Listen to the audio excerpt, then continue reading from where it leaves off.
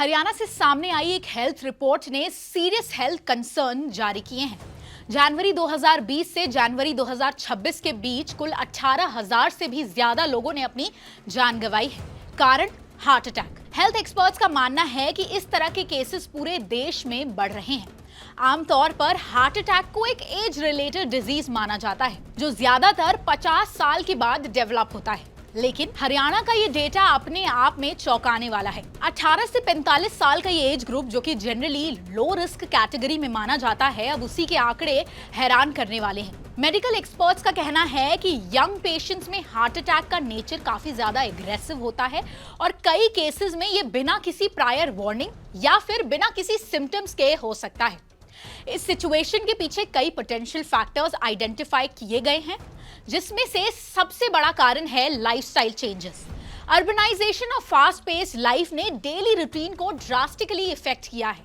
Unhealthy diet जिसमें high fat, high sugar और processed food include होते हैं, वो धीरे धीरे कार्डियोवैस्कुलर सिस्टम को डैमेज करता है। साथ ही फिजिकल इनएक्टिविटी एक मेजर कंसर्न बन चुका है। सेडेंटरी लाइफस्टाइल, जहां लोग ज्यादा टाइम सिटिंग पोजीशन में बैठ के काम करते हैं, वो डायरेक्टली हार्ट हेल्थ को इम्पैक्ट करता है। हार्ट अटैक की बात करें तो स्ट्रेस भी एक क्रिटिकल फैक्टर के रूप में सामने आ रहा है। प्रोफेशनल प्रेशर, फाइनेंशियल इंस्टेबिलिटी और सोशल एक्सपेक्टेशंस ने क्रॉनिक स्ट्रेस लेवल्स को बढ़ा दिया है। लॉन्ग टर्म स्ट्रेस से ब्लड प्रेशर एलिवेट होता है, हार्मोनल इम्बैलेंस होता है और ये सब फैक्टर्स हार्ट डिजीज के रिस्क को मल्टीप्लाई कर देते हैं। हेल्थ स्पेशलिस्ट ये भी हाईलाइट कर रहे हैं कि stress induced cardiac events young population में अब ज्यादा कॉमन हो रहे हैं। स्लीप डेप्रिवेशन एक और ओवरलुक्ड फैक्टर है। Late night schedules, digital screen exposure और इररेगुलर स्लीप पैटर्न्स ने बॉडी के नेचुरल रिकवरी मैकेनिज्म को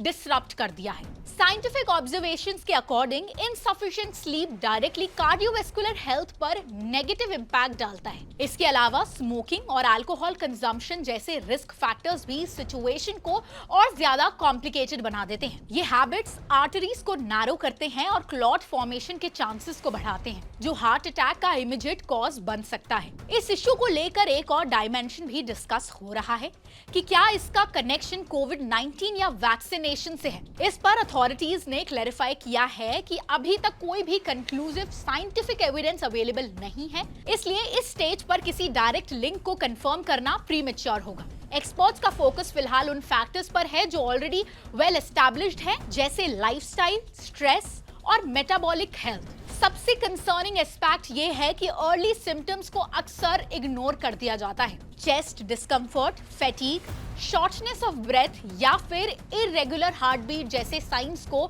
लोग सीरियसली नहीं लेते हैं, स्पेशली यंग एज में। ये नेग्लिजेंस अर्ली डायग्नोस को डिले करता है, जिससे इमरजेंसी सिचुएशंस का रिस्क बढ़ जाता है। पब्लिक हेल्थ पर्सपेक्टिव से देखा जाए तो ये सिचुएशन अवेयरनेस और प्रिवेंटिव एक्शन की डिमांड करती है। Regular health screenings including blood pressure monitoring, cholesterol levels और blood sugar test early detection में क्रूशियल रोल प्ले करते हैं। साथ ही balance diet, regular physical activity, stress management techniques और एडिक्वेट स्लीप को डेली रूटीन का पार्ट बनाना काफी ज्यादा जरूरी है। हेल्थ केयर प्रोफेशनल्स का ये कहना है कि प्रिवेंशन ही सबसे ज्यादा इफेक्टिव स्ट्रैटेजी है। अब आपका इस पर क्या कहना है? Do comment and let us know, and for more such content you can subscribe to our channel only my health.